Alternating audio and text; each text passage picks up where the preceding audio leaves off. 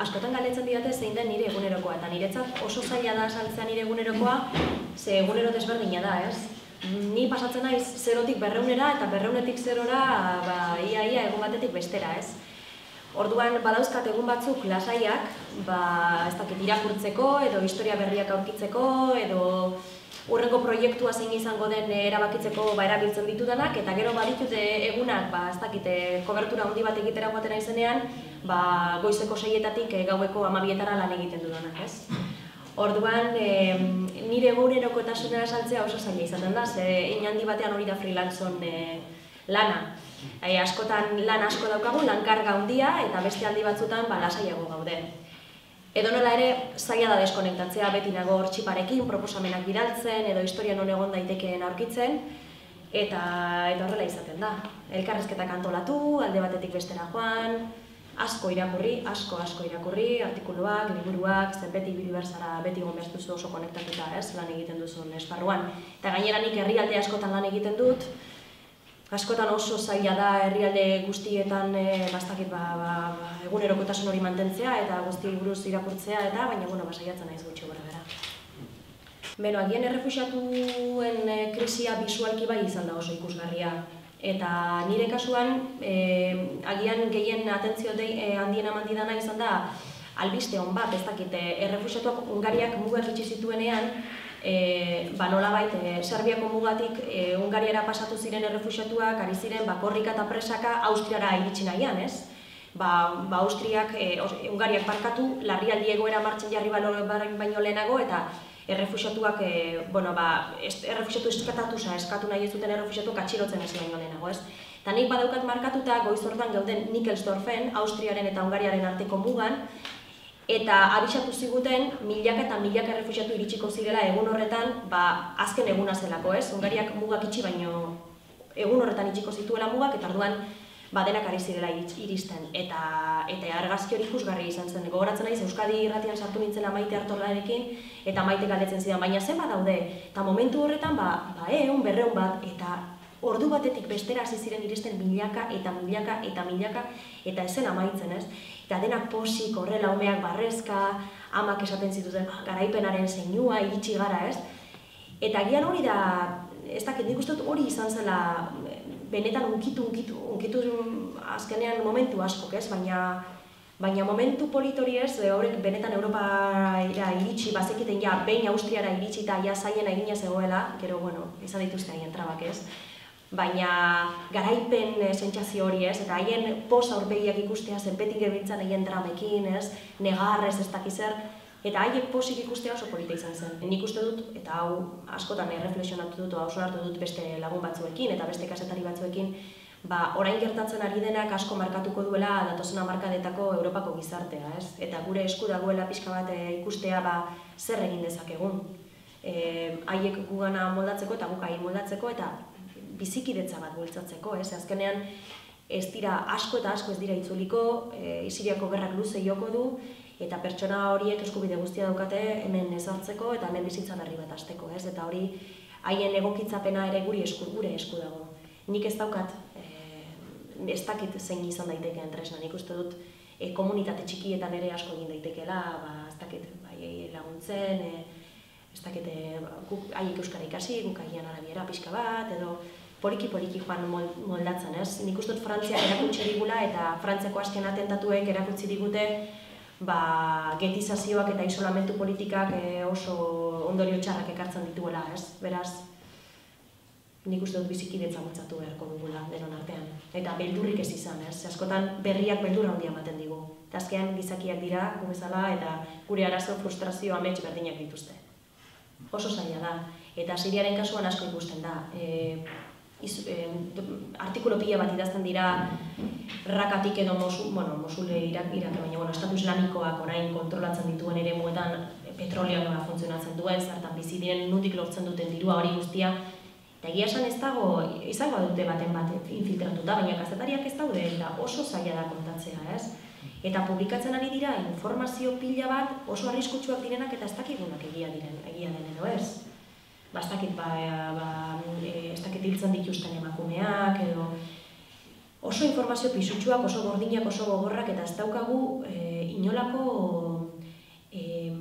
tresnarik jakiteko benetan egia diren, ala ez, eta oso kuriosoa da, ze 21. mendean sare sozialen garaian, hau da, une oro dena kontatzen den momentuan, badago herrialde bat non ezin den ezer kontatu. Kazetari batzuk, ni ez naiz joan, baina kazetari batzuk sartu dira Damaskora, eta Damaskotik kontatzen dute pixka bat hango egunerokoa, baina egia da, Basarra Lasate kontrolatzen dituen eremuetan sartzen direla, eta beti Alasaten komunikazio departamentuko batekin joaten direla, ez daukate askatasuna toki guztietara bateko, baina behintzat badira gai Damaskoko errealitate txiki hori kontatzeko. Guk askotan esaten dugu kazetari paracaidistak garela, ez? Egun batetik bestera herrialde baten gaude eta gero beste baten gaude, eta ni saiatzen naiz eguneratuta egoten, eta pixka bat nire esparrua betetzen dituzten herrialdeak gutxi gora bera ondo ezagutzen, eta aurretik adibidez Suediara joan ginenean hor egon ginen 2 aste, 3 aste Suediari buruz irakurtzen, elkarrezketak lotzen, hori guztia egiten ez. Greziara joan baino lehenago hori bidintzen Varoufakisen liburua irakurtzen, bestearena, baina beti korrika eta presaka. Egia da, alde batetik bestera gabiltzanak ez daukagula toki horretan bizi den berri emailearen maila. Adibidez, Jerusalemen kazetari guztion erreferentzia Eugenio García Gascón da, ez? Eugenio García Gascón 1980ko hamarkadatik bizi da Jerusalemen, bere maila ez dauka inork, ez? Baina hori da korrespontsalen figura, gure belaunaldian hori desagertu da. Eta gure belaunaldian bizi gara breaking newsak edo aktualitateak ematen digunarekin, orduan beti ibili behar gara alde batetik bestera, ez? Eta hori horrela da. Batzuetan breaking news handi bat gertatzen denean, horrek ematen digu jaten, ez? Eta orduan joaten gara, ahalik eta hobekien kontatzen saiatzen gara, bikusten duguna kontatzen funtsean, eta beste aldi batzutan toki batera joateko konpromiso hartzen dugu, batzutan edabideak esaten digu aurrera, eta beste batzutan esaten digu ez, zure erantzukizuna da, nahi baduzu joan, eta orduan esaten dugu bai joango gara, eta joaten gara.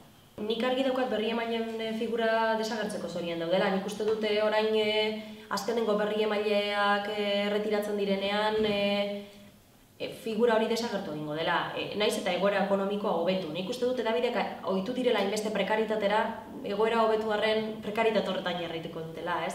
Gero, freelancen maila hortan badaude modu desberdinak, adibidez gu freelanceak gara, baina handi betean freelance faltsuak baita, ez? Beti edabide berdinentzako lan egiten dugu. Eta hor, testuinguru horretan iristen zara akordio batzutara edabide horiekin, ez? Baina korrespontsalaren figura hilabeteko soldata batekin eta edabideak ordaintzen dizula hau eta bestea, eta ez da nik uste dut hori desagertu dela, desagertutzeko zorian dagoela eta hori hortara monatu beharko garela. Gero, noski, gure eskubideak eta aldarrekatuz, ez? Baina handitasunaren garai horiek amaitu dira. Oso polita izan zen Greziako erreferenduma jarraitzea. Kontua da, gero gertatu zena ikusi ostean oso tristea izan zela, ez? Eta oso gaizki amaitu zuela, baina uztailaren 5 erreferendum eguna oso polita izan zen. Eta asko gustatu zitzaidan jarraitzea, eta emaitzak, eta jendeak kalean ikusi, eta denako oji, ez, garrasi egiten entzun, eta ikusi nuen herriaren indarra, ez? Gero konturatzen zara berriz ere, izugarrizko, tristura, ez? Ikusten duzunean herriaren indarrak ez duela balio, eta hor, saldu zitzaiena edo kontatu zitzaiena edo ikuste zutena baitzela horrela atera. Baina egun hori oso polita izan zen, bai. Zintzoa izatea ikusten duzunarekin, ez. Gero oso garrantzitsua da sintesi gaitasuna eta hori ere batzutan kostatzen zaigu, ez. Baina funtsean zintzoa izatea ikusten duzunarekin. Desberdintasuna da ematen zaio garrantzia, ez. Hori klaro dago, Parisera joan zen kazetariaren notak hartzen zituena ere. Edabide bakoitzeko ez dakizen bat kazetari joan ziren. Kazetaria, produktorea, ez dakizen bat bideokameralari, ekipo guztia, gure kasuan, ez dakit edabide txiki bat gara, baina gure kasuan ere, geunden 3 kazetari, irratirako 2, jende pila bat. Nik ez dut inoiz olako kobertura bat egin, ez? Eta ikusten da interesa. Astebete lehenago Libanonego izan zen erasoa, eta agertu zen gau hortan edabideetan pixka bat, eta listo. Eta Yemenen gertatzen dena ere, eta ahazten zaigu, biktima gehienak, Estatu Islamikoaren biktima gehienak musulmanak direla, eta eta herrialde arabiarretako herritarrak asko eta asko, ez? Eta orduan, gero Parisera iristen zara, eta ikusten duzu kobertura handi hori, eta jende pila bat, eta kontatzen, eta lorak, eta kandelak, eta zer egin du honek, eta zer egin du besteak. Joan ginen, telebistarako, Xabier Madariaga da Berria Maila, bertan bizi dena, eta gero beste bi, eta gero irratirako bi.